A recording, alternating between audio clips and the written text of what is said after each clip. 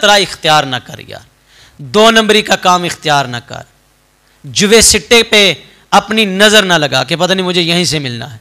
मैंने कहा ये हुजूर का जो फरमान है, और ये कितना खूबसूरत फरमान है, मिशकात की हदीस पाक मेरे सामने है कि जो तेरे मुकद्दर में रब ने लिख दिया ना, वो किसी और के घर नहीं जाएगा, वो किसी और के खाते में नहीं जाएगा। तो अब तू इख्तियार कर वो राह जिस पे अल्लाह भी राज़ी हो जाए। रिस्क तो तुझे वही मिलेगा जो मुकद्दर में लिखा जा चुका है। अब वो राह इख्तियार न कर कि रिस्क भी तुझे वही मिले जो तेरे नसीब में था, लेकिन इस रास्ते से जो तू इख्तियार कर रहे अल्लाह उसका रसूल नाराज़ हो जाए। अल्लाह हमें इससे अपनी पनाह दे। तो जब तवक्कल रब पे होगा तो फिर यकीन करें बंदा परेशान नहीं होता। इस उन्वान से कहने के लिए बहुत कुछ है, लेकिन मैं आखिरी रिवायत इस उन्वान से अर्ज़ करता हूँ। हज़रत साद से रज़ियल्लाहु तआला फरमाते हैं, कमली वाले अलैहिस्सलाम ने फरमाया, इंसान की नेक बख्ती से है उसका अल्लाह के फ़ैसले पे राज़ी होना। वो नेक बख्त है जो कहते हैं मालिका जो तूने दिया मैं राज़ी हूँ, जो तूने दिया मैं इस पे राज़ी हूँ। और बदबख्ती की अलामत यह है कि वो अपने अल्लाह के फ़ैसले से राज़ी नहीं है। वो कहता है कि ये तो मेरे पास गाड़ी आनी थी, फलां के पास क्यों चली गई। तो ये बदबख्ती की अलामत है इंसान के लिए। हमें अपने रब से मोहब्बत का नाता जोड़ना है, और जब अल्लाह से मोहब्बत का नाता जोड़ेंगे तो यकीन करें बड़ा सुख मिलेगा। यकीन जाने बड़ी राहत और तस्कीन होगी। आप दुआ करो अल्लाह ताला हमें समझने की तौफीक अता फरमाए। अच्छा जी, बंदे बात बात पे कसम उठाते हैं, छोटी छोटी और मामूली बातों पे कसम उठा लेते हैं। कसम गैरुल्लाह की कसम तो जायज़ है ही नहीं। हुज़ूर का फरमान है, अबू दाऊद की रिवायत है, सरकार फरमाते बाप दादाओं की कसम ना खाओ, अपनी माँ की कसम ना खाओ, बुतों की कसम ना खाओ, और अल्लाह की कसम उस वक्त खाना जब तुम सच्चे हो, जब तुम सच्चे हो। और यहाँ पर भी देख लेना कि अगर बड़ी मजबूरी है तो कसम उठाओ। अगर बड़ी मजबूरी है ना, एक कोने से शुरू हो जाएं दूसरे कोने तक चले जाएं। देख लें हम दुकानों पे भी कस्में खा खा के माल बेचते हैं। हालांकि ये मेरा वतन ऐसा है कि यहाँ तबलीग भी बड़ी होती है, दुरूसे कुरान और हदीस भी बड़े होते हैं। यहाँ आपको जो है ना वो तस्बीह फेरने वाले भी बड़े मिलेंगे।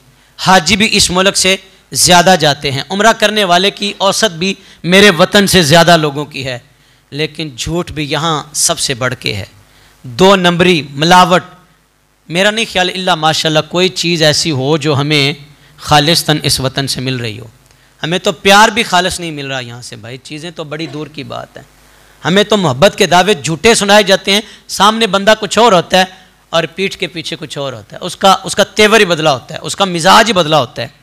तो क्या हमें मिल रहा है यहाँ से? इसलिए कि हमने कुरान और सुन्नत को छोड़ा। अगर हमें यह पता होता कि कसम खाने से, सरकार फरमाते माल तो बिक जाता है लेकिन बरकत नहीं रहती। हमें पता है ये मैंने 2 नंबर माल बनाया है, मिलावट शुदा माल है, लेकिन फिर भी कसमें खा खा के वो यकीन करे। अब तो हमारा मेयार ये हो गया है कि दुकानों पे लिखा है खालिस दूध का ये रेट है, अल्लाह दी कसमें खालिस दा रेट है, और फिर उससे डबल कसम, नहीं अल्लाह दी कसमें ऐस तो भी ज़्यादा खालिस है। ऐसा ही है तो खालिस कोई भी नहीं था।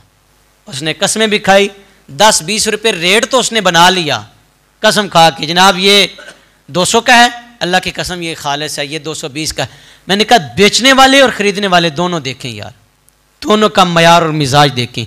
सरकार ने फरमाया कसम ना खाओ, मगर जब बंदा इस नहज तक हो कि वो है सच्चा और बड़ा मजबूर है तो फिर सिर्फ अल्लाह की कसम खाए, सिर्फ अल्लाह की कसम खाए, अल्लाह की कसम खाए। और अगर कोई बंदा झूठा है, कसम का कफ़ारा है भाई जी, एक ग़ुलाम आज़ाद करना। झूठी कस्में, मैंने कहा सिर्फ एक दिहाड़ी की कस्में गिन लें, एक बंदे की एक दिहाड़ी की कस्में गिन लें और उसे कहें कफ़ारा दो, वह प्लाट ना विक गया ता गल है, एक दिन की कस्में। लेकिन हमने तो भाई दीन को इस्तेमाल किया, हमने कौन सा दीन पे अमल करना है?